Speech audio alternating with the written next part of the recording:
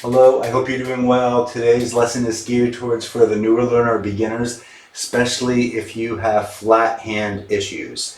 Just taught some lessons this week, and some of my students are doing pretty well, but they're doing more flat hand work, so they're not able to work up strength and agility and dexterity and speed and all that. So welcome to mini lesson, I think number 5 or 6.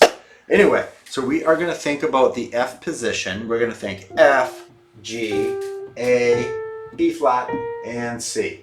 Notice my hand is in the keyboard. We need to do that. But you might ask, Jim, I have sausage fingers.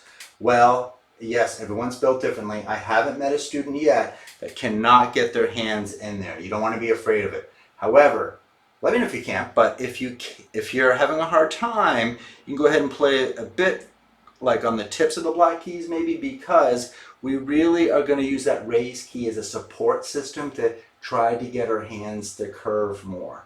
We're using that word. Some people say you don't curve hands. Well, we're not going to make our hands flat. We're going to have our sound supported with a natural arc, okay?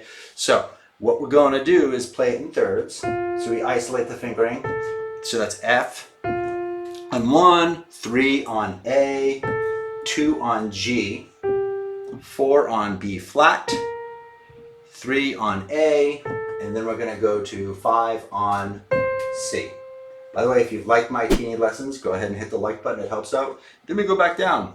5 on C, 3 on A, 4 on B flat, 2 on G, 3 on A, 1 on F. And for reference, this is my middle C. Now we're going to try it with the left hand. Same pattern, different digits.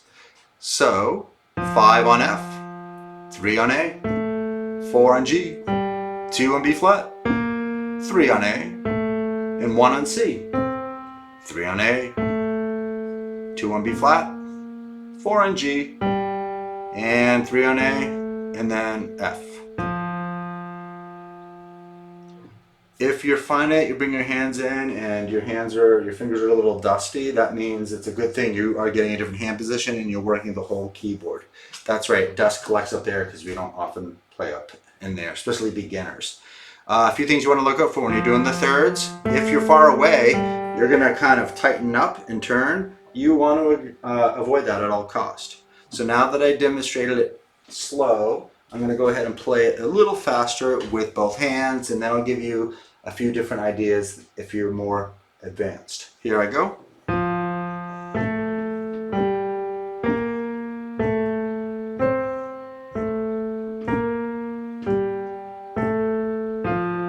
I'll go again.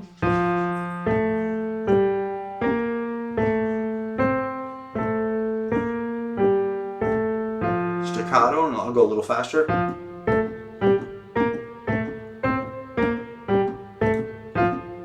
Some learners like a little longer sound when you get to the top, so you could think 2/4 time, like 1 and 2 and 1 and 2, 1 and 2 and. You can play it that way, but I would recommend a few different patterns just so you don't just get stuck in one way, because you want to change things up. But that's fine. Now you can also play the eighth notes rounded. Go slower.